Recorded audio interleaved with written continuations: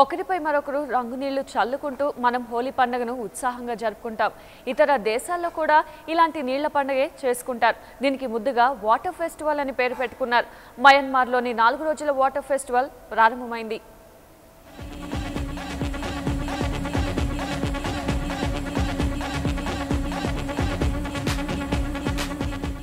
ఒకరిపై మరొకరు సరదాగా నీళ్లు చల్లుకుంటూ కేరింతలు కొడుతూ పాటలు పాడుకుంటూ ఉత్సాహంగా ఉల్లాసంగా నిర్వహించే పండుగే జలోత్సవం. థాయిలాండ్, దక్షిణ కొరియా, కంబోడియా సహా వివిధ దేశాల్లో జలోత్సవాన్ని రెగ్యులర్గా జరుపుకుంటారు.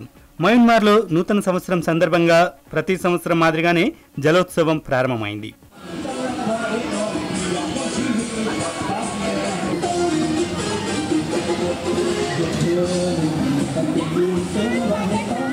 గతేడాది తాము చేసిన తప్పులు పాపాలు నీళ్లలో కొట్టుకుపోతాయన్న నమ్మకంతో బర్మావాసులు జలోత్సవంలో ఉత్సాహంగా పాల్గొంటున్నారు.